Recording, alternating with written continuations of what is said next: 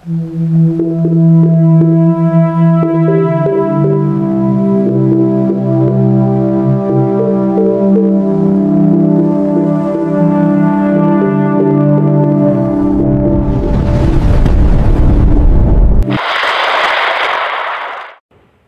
araw po sa inyong lahat.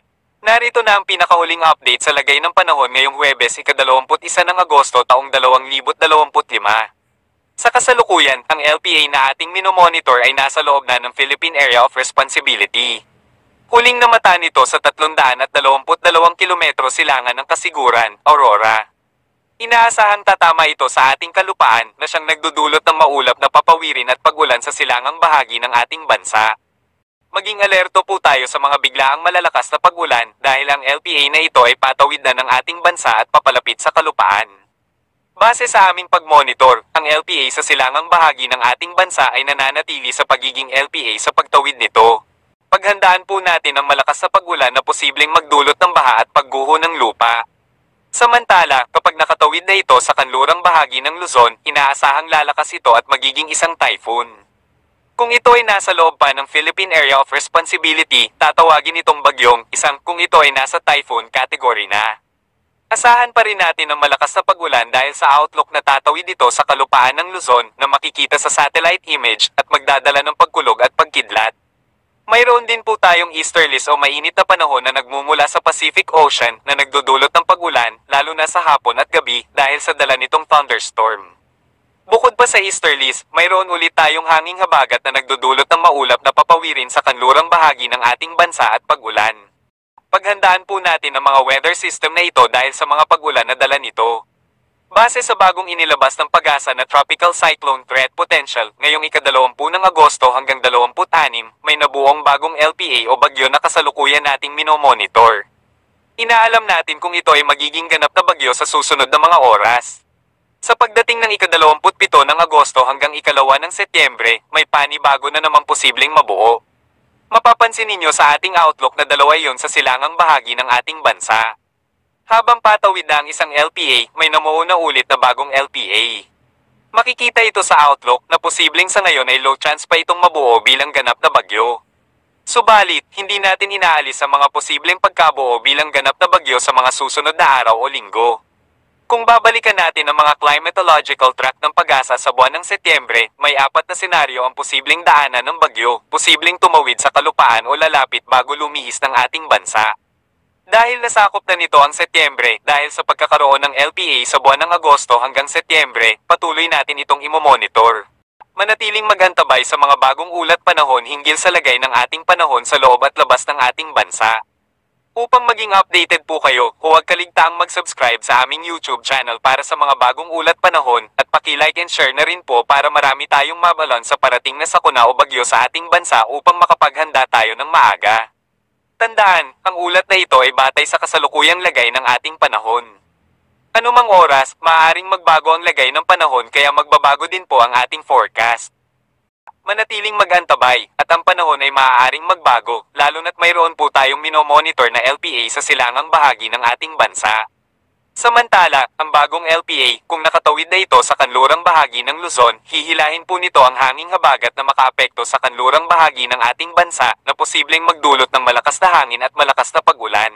Maging alerto at updated sa lagay ng ating panahon.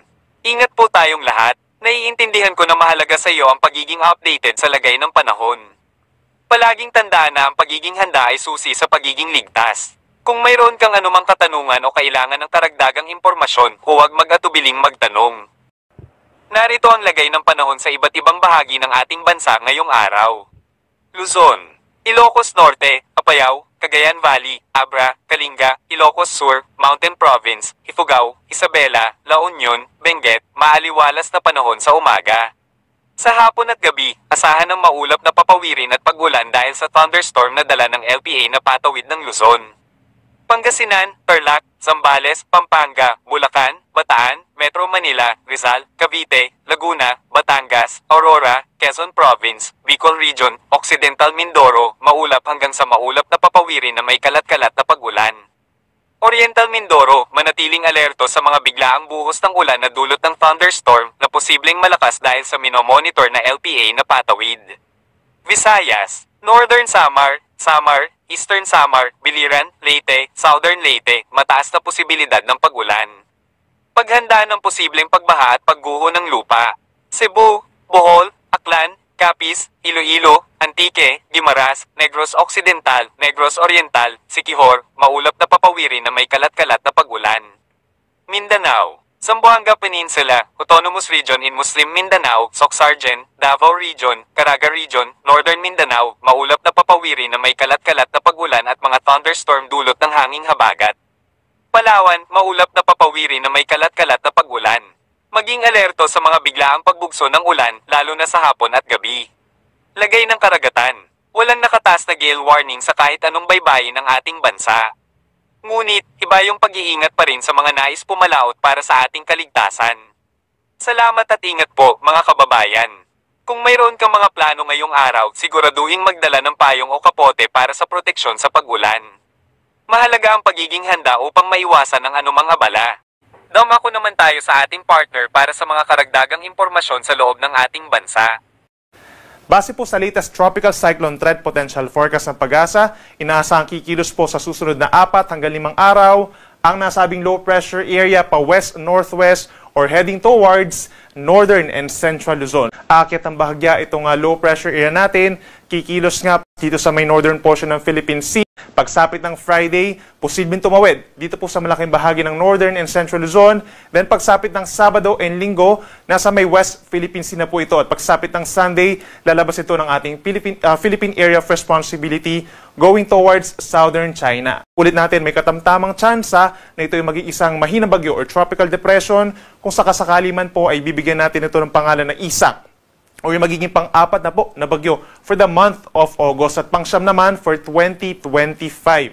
At base rin sa ating analysis, dahil nga ito'y crossing dito sa may northern and central Luzon, pagsapit po ng Friday and Saturday, malaking bahagi ng northern and central Luzon na magkakaroon ng malalakas na mga pag-ulan. At dito naman sa natitirang bahagi ng Luzon, western sections of Visayas and Mindanao, mataas din ang tsansa ng ulan. Patuloy na magantabay sa ating mga updates, posible pang mabago ang senaryo natin hinggil sa nabanggit na weather disturbance. Malaking bahagi pa rin ng Luzon na magkakaroon ng mga pag-ulan, particularly itong southern Luzon, Calabarzon, Metro Manila, lalawigan ng Aurora, Bicol Region, Mindoro Provinces, Romblon, and Marinduque dahil yan dun sa trough or outer portion itong low pressure area. Minsan malalakas po yung mga pag-ulan natin. In general, mga light to moderate rains naman. Kaya't mag-ingat pa rin sa banta ng baha at landslides. Magbaon ng payong kung lalabas po ng bahay, knowing na ito ay holiday po bukas. Dito naman sa natitirang bahagi ng Luzon, asahan pa rin ang bahagyang maulap at minsan maulap na kalangitan. Umaga hanggang tanghali, may kainitan sa tanghali dahil sa easterlies. At sa dakong hapon hanggang sa gabi, mataas na rin po ang tsansa ng pag-ulan. Lalo na dito sa may bahagi po ng Cagayan Valley at southern portion ng Cordillera Region. Sa Baguio City, asahan ng temperatura 18 to 25 degrees. Sa Metro Manila, mula 26 to 31 degrees Celsius. At mainit po sa may Tuguegarao bago umulan hanggang 34 degrees Celsius.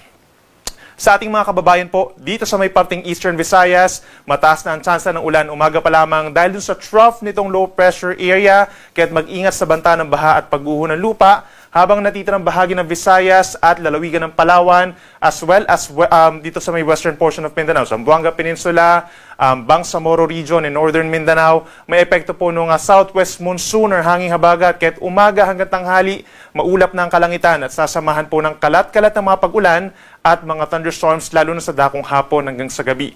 Dito naman sa natitirang bahagi ng Mindanao, Socsargen, Davao Region, and Caraga Region, umaga, may mga times pa naman po na magiging maaraw, pero pagsapit din ng hapon hanggang sa gabi dahil sa southwest monsoon, asahan din po ang mga thunderstorms. So make sure na meron daladalang payong at laging tumutok sa ating mga thunderstorm and rainfall advisories. Worst case scenario is heavy rainfall warning. Dito naman po sa Puerto Princesa, 26 to 32 degrees Celsius. Sa malaking bahagi ng Visayas, maximum na po yung 29 to 30 degrees. Habang dito sa may Mindanao, sa Zamboanga, 24 to 31 degrees hanggang 32 degrees Celsius.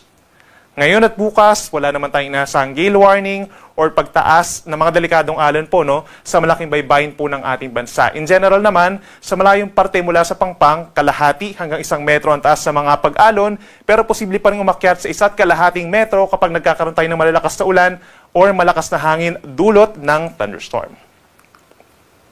At para naman sa ating 3-day weather outlook, aasahan pa rin po natin, araw ng Friday, actually malaking bahagi po ng bansa magkakaroon ng mga pag-ulan. Ito nga yung time kung saan nasa may northern and central portions ng Luzon, ang low pressure air na possible nga na maging isang mahinang bagyo. No? So magiging maulan po doon, malalakas ang mga pag-ulan, kaya't mag-ingat sa banta ng baha at landslides. And for southern Luzon, kabilang ang Metro Manila, andyan po yung southwest monsoon or hanging habagat. Kaya't pinakamaulan sa may areas ng Calabarzon, Metro Manila, Mimaropa area, mag-ingat sa banta ng baha at pagguho ng lupa. At pagsapit po ng Sabado, yan na yung time na nasa may West Philippine Sea na po, no? Itong minomonitor po natin na sama ng panahon. So Ilocos Region and Cordillera Region, may epekto pa ng either low pressure area or bagyong Isang. And then the rest of Luzon, naasahan pa rin po ang makulimlim na panahon at meron pa rin mataas sa tsansa ng ulan, lalo na sa may western sections. Itong Zambales, Bataan, Cavite, Batangas, and malaking bahagi ng Mimaropa. Pagsapit po ng Sunday, that's August 24, aasahan pa rin po ang epekto ng southwest monsoon sa malaking bahagi ng Luzon,